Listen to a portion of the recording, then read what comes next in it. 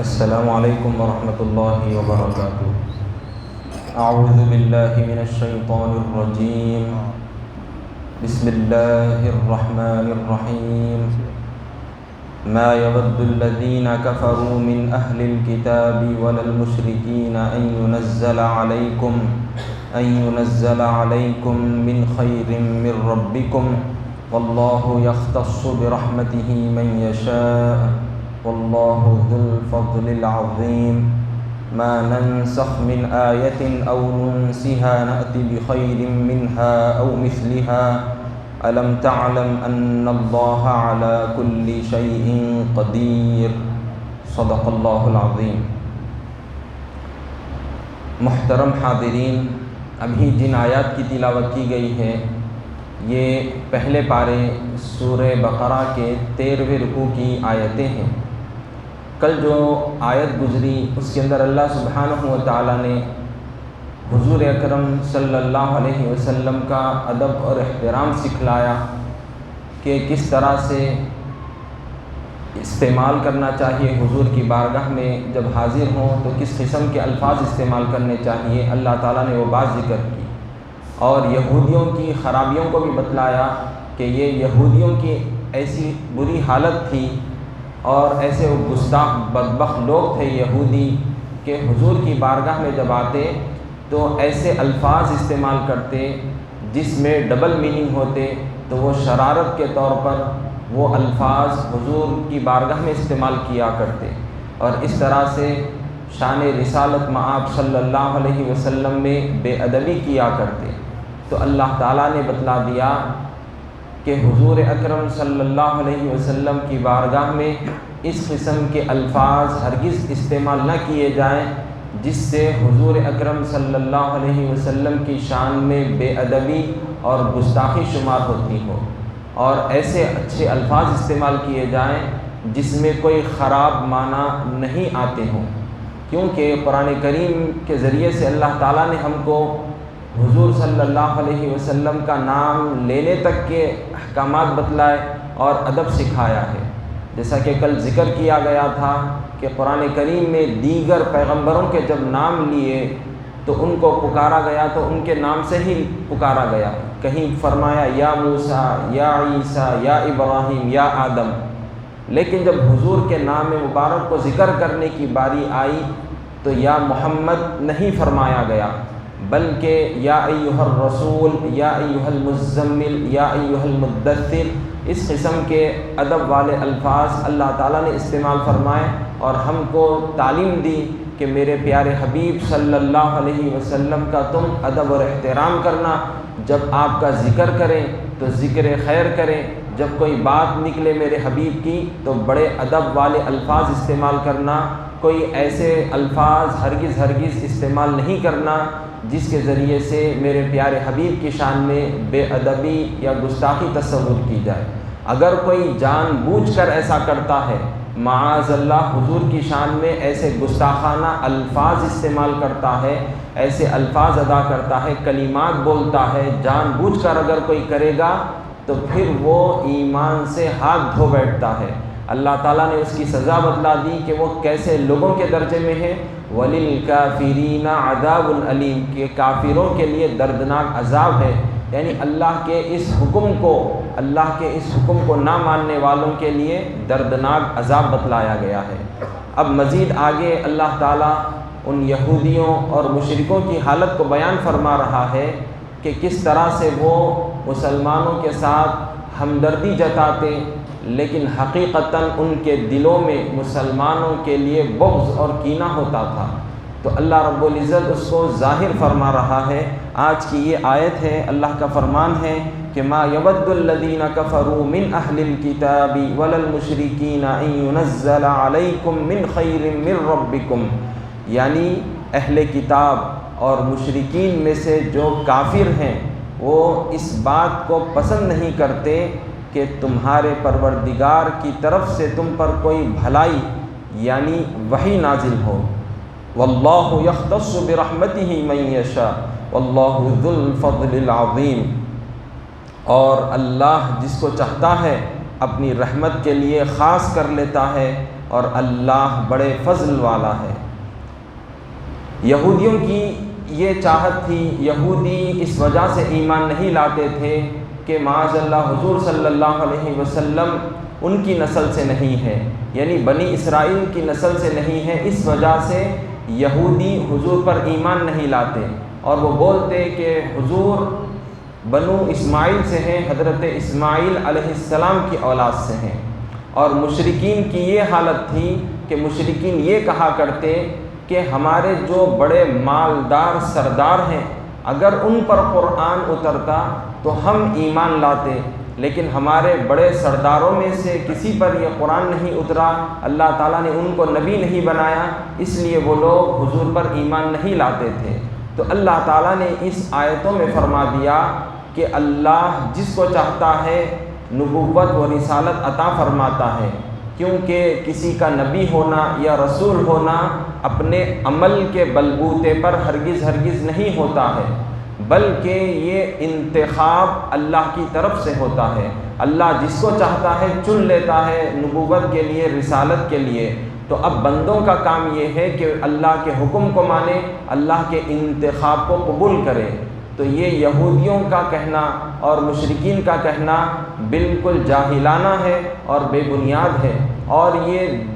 دکھنے میں تو مسلمانوں کے ہمدردی کے باتیں کرتے ہیں، خیرخواہی کی باتیں کرتے ہیں، لیکن حقیقت میں وہ لوگ مسلمانوں کا بھلا نہیں چاہتے۔ وہ نہیں چاہتے اہل کتاب اور مشرکین کہ مسلمانوں کے پاس اللہ کا کلام پہنچے، تو یہ دلوں کے اندر بغض اور کینہ رکھتے ہیں، تو لہٰذا مسلمانوں کو ان سے آگاہ رہنے کا حکم دیا گیا ہے، ان کی خرابیوں کو بتلایا گیا ہے۔ مزید آگے اللہ تعالیٰ کا فرمان ہے کہ اللہ تعالیٰ کا جو بھی حکم ہو،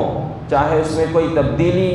کر کے اللہ تعالیٰ بعد میں پھر حکم دے، تو ہر صورت میں بندوں کا کام یہ ہے کہ اللہ کے حکم کو مانے، اللہ کے حکم کی خلاف ورزی ہرگز نہ کرے۔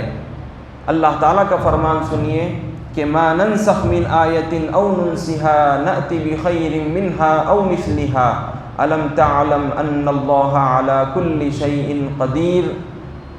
کہ بتلایا جا رہا ہے کہ جس آیت کو ہم منسوخ کرتے ہیں یا بھلا دیتے ہیں تو اس سے بہتر یا ویسی ہی اور آیت بھیج دیتے ہیں، کیا تم نہیں جانتے کہ اللہ ہر چیز پر قادر ہے۔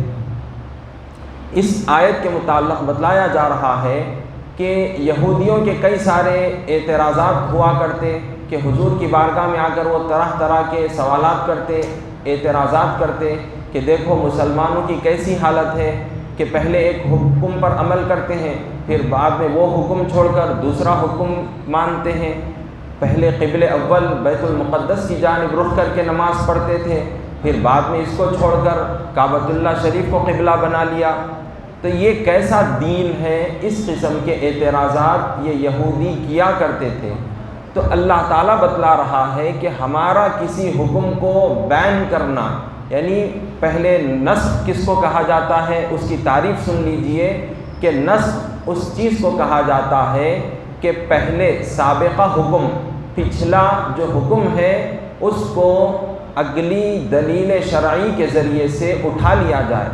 پچھلا جو حکم دیا گیا تھا تو اس کو کسی اور دلیل شرعی کے ذریعے سے اٹھا لیا جائے، تو پچھلا حکم بین ہو گیا۔ تو یہ کیوں ہوتا ہے کہ اللہ تعالیٰ ہی اس کی حکمت بہتر جانتا ہے، اور اللہ تعالیٰ اس کے ذریعے سے بندوں کو آسانی پہنچاتا ہے، یا ان کے ثواب میں اور زیادتی فرماتا ہے، یا وہی حکم اس جیسا نازل فرماتا ہے۔ تو یہ اللہ کی مرضی ہے، اللہ ہمارا رب ہے، مالک ہے، جب وہ ہم کو جو حکم دے بلا چوں و چرا ہم کو اللہ کے حکم کو ماننا ہے، اس میں کوئی شک و شبہ نہیں کرنا ہے، یہ بندوں پر لازم ہے۔ اب مثال کے طور پر قبلے کی مثال لے لیجئے کہ پہلا حکم کیا تھا؟ بیت المقدس کی جانب، مسجد اقصیٰ جو ہے بیت المقدس، اس جانب رخ کر کے نماز پڑھنے کا حکم تھا، اس کو قبلہ بنانے کا حکم تھا۔ لیکن بعد میں کیا حکم نازل ہوا؟ عین نماز کے دوران میں حکم نازل ہوا کہ اب بیت المقدس نہیں بلکہ کعبۃ اللہ شریف کو قبلہ بنایا جائے۔ تو حضور اسی حالت میں نماز میں قبلے کی تبدیلی کے حکم کے آتے ہی پلٹ گئے اور کعبۃ اللہ شریف کی جانب رخ کر کے نماز ادا فرمائے۔ تو اس طرح سے منافق اور مسلمانوں کا پتہ چلا کہ کون اللہ کے حکم کو مانتا ہے اور کون پیچھے رہ جاتا ہے۔ چنانچہ جس کا ایمان مضبوط تھا، جو سچے پکے مسلمان تھے، وہ اس حکم کو مانے، اور جیسا ہی حضور پلٹ گئے کعبۃ اللہ شریف کی طرف رخ کر لیے تو ایمان جس کا مضبوط تھا وہ سارے صحابہ بھی پلٹ گئے، اور جس کا ایمان کمزور تھا، جو منافقین تھے، وہ نہیں پلٹے اور اپنے ایمان کو غارت کر بیٹھے کہ اللہ کے حکم کو نہیں مانے۔ اب اسی طرح سے قرآن کریم میں کئی ساری آیتیں ہم کو ملتی ہیں جس میں صرف اور صرف حکم منسوخ ہوتا ہے، تلاوت جاری رہتی ہے، یا پھر تلاوت منسوخ ہوتی ہے، حکم جاری رہتا ہے، یا پھر تیسری صورت بتلائی گئی ہے بیان کرنے کی کہ دونوں کے دونوں تلاوت اور حکم دونوں کے دونوں بیان کر دیے جاتے ہیں۔ چنانچہ بیہقی میں ایک روایت ذکر کی گئی ہے کہ ایک صحابی رسول جو تہجد کی نماز کے لیے اٹھے اور ان کا معمول تھا کہ روزانہ پیٹرن ایک ہی سورت پڑھا کرتے تھے، ایک ہی سورت پڑھنے کا ان کا معمول تھا۔ جب وہ تہجد کی نماز پڑھنے لگے، بسم اللہ الرحمن الرحیم پڑھے، سورہ فاتحہ پڑھنے کے بعد بسم اللہ پڑھے، اب اس کے بعد وہ سورت جو پیٹرن پڑھا کرتے تھے وہ پڑھنے کی کوشش کر رہے ہیں، لیکن زبان پر نہیں آ رہی ہے، بہت کوشش کر لیے، ہوتے ہوتے رات گزر گئی، اب اس کے بعد پریشان ہو گئے، بہرحال نماز دوسری صورتوں سے ختم کر لیے، اب اپنے ساتھیوں سے ذکر کرنے لگے کہ کل رات میں میرے ساتھ ایسا واقعہ پیش آیا کہ میں روزانہ جو سورت پڑھا کرتا تھا اب وہ کل رات مجھ کو پڑھنے آیا ہی نہیں، میں اتنی کوشش کر لیا۔ تو دوسرے ساتھی کہنے لگے کہ ہاں ہمارے ساتھ بھی ایسا ہی ہوا کہ ہم جو پڑھا کرتے تھے وہ پڑھنے کی کوشش کیے لیکن ہوا ہی نہیں، پڑھنے آیا ہی نہیں، زبان پر وہ کلمات آئے ہی نہیں۔ چنانچہ یہ واقعہ حضور صلی اللہ علیہ وسلم کی بارگاہ میں ذکر کیا گیا تو حضور صلی اللہ علیہ وسلم نے ارشاد فرمایا